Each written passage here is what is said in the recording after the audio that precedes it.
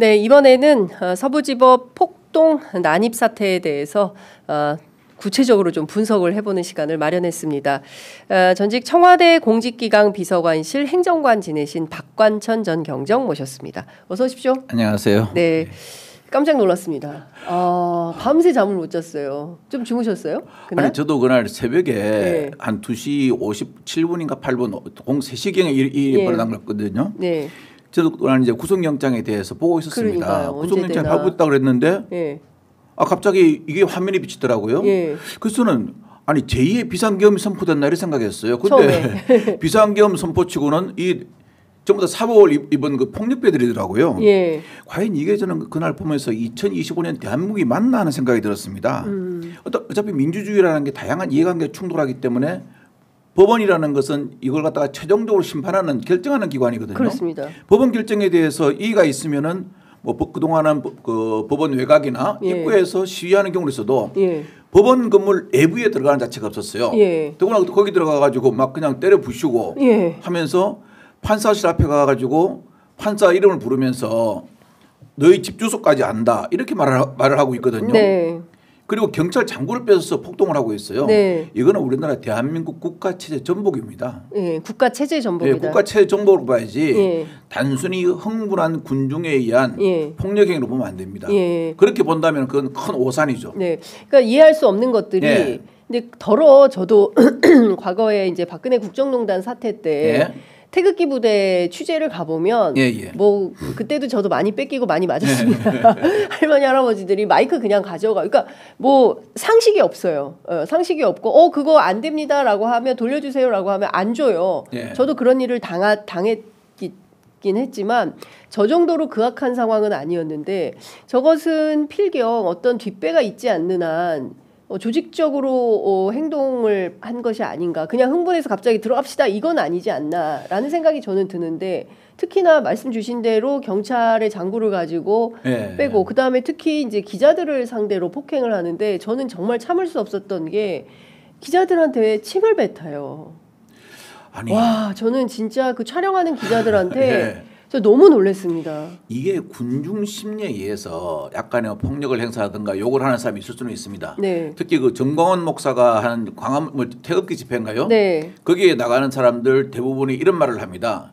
집에서 퇴직하고 자기 차한테 처자식 눈치 보고 있다가 거기 나오면 경찰관이나 지나가는 뭐 여자 기자들한테 마음껏 욕할 수 있는 것도 네. 하나의 집회에 나가는 이유다. 아이고야. 스트레스 해소 방안이기 때문에 그렇게 이야기하는데 네. 이번 폭동은 말입니다. 네. 감히 법원에 들어가 가지고 국가청사, 사법부 청사를 부수고 하는 거는요. 예. 내 이 불법 행동을 봐줄 뒷배가 없이는 든든한 뒷배가 있다는 것을 믿지 않고는 네. 그렇게 할 수 없는 행동이죠. 그렇죠. 특히 그 든든한 뒷배가 예.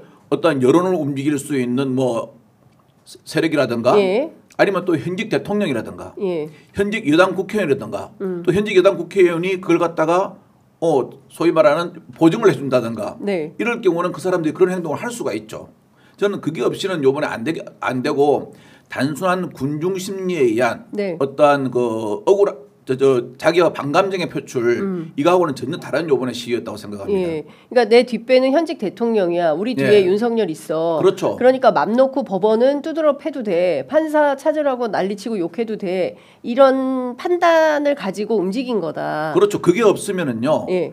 그리 움직일 수가 없고 예. 그렇기 때문에 정말 앞으로도 이런 폭동이 안 일어나리라는 보장은 못 하거든요. 그래서 저는 헌법재판소가 네.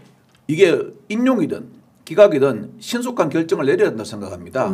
이 오래 끌 일이 아닙니다. 그리고 네. 이 행위 자체는 네. 제가 전 박근혜 전 대통령 탄핵 심판에도 계속 제가 예. 지켜보고 뭐 참여되고 했었는데 그때하고 다릅니다. 그때는 뭐냐면은 범법 행위는 최순실이가 있고 네. 여기에 박근혜 전 대통령의 권력이 이용되었나 안 되었나 문제거든요. 맞습니다. 이것은 대통령이 직접 시행을 했고요. 예. 어제 뭐 영장 실질심사에서 가장 중요한 있지 않습니까? 예. 입법 의결기구. 예. 비상입법기구. 비상입법기구에 대해서 뭐 기억이 가물가물하다 뭐 그랬는데 뭐 김영현이 썼나 내가 썼나 기억이 가물가물하네. 아마 저 다음에 헌재 심판할 때 보면 참 대단한 구경거리가 있을 겁니다. 예. 그런 상태인데 더 이상 이 국가 혼란을 더 이상 계속하면 안 되거든요. 명백합니다. 왜냐하면은 내란 행위 자체 그다음 내란 행위로 국헌을 문란하게 했던 것, 즉 헌법기구를 침범했던 것, 그 헌법기구를 자기가 국군의 통수자로서 일부 자기한테 충성심에 넘친 그 과도한 충성심이죠. 잘못된 충성심에 넘친 군인들의 무력을 이용했다는 것은 우리 국민을 다 알고 있고 언론의 보도까지 됐습니다. 그렇습니다. 예. 내용이 간단합니다. 그래서 아마 제가 보기로는 헌법재판소에서도 그렇게 크게 많이 그 증인을 채택하지 않은 걸로 알고 있습니다. 네, 그 토요일 날 벌어진 네. 그 이제 서부지법 난임 사건, 난동 폭동을 쭉 분석을 해보셨을 것 같은데요. 예. 그 들어가는 과정부터 시작해서 몇몇 같은 경우에는 그 등불 뭐 플래시를 켜고 그렇습니다. 예, 7층까지 올라가서 판사를 찾으러 다니고 그러니까 막 그냥 아무나 그냥 붙잡고 때리고 폭행하고 막 이런 사태가 벌어졌는데 그걸 또 유튜브로 라이브 생중계를 했습니다.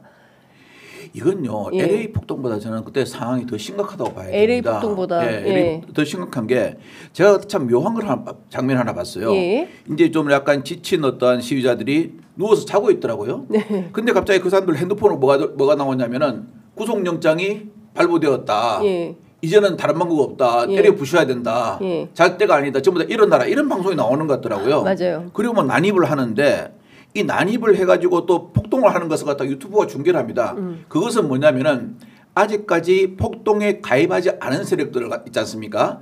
그 세력들까지 증원, 즉 참가시키는 겁니다. 네. 이거는 명백한 소요죄의 교사범입니다. 교사범은 정보범과 똑같이 처벌합니다. 네. 아 그러면 그 유튜브 촬영하고 그 현장 라이브한 사람들이 그렇습니다. 예. 다 소요죄의 교사범에 해당한다. 그렇습니다. 예. 예, 적어도 방조는 저는 충분히 된다고 생각합니다. 방조까지는 예. 가능하다.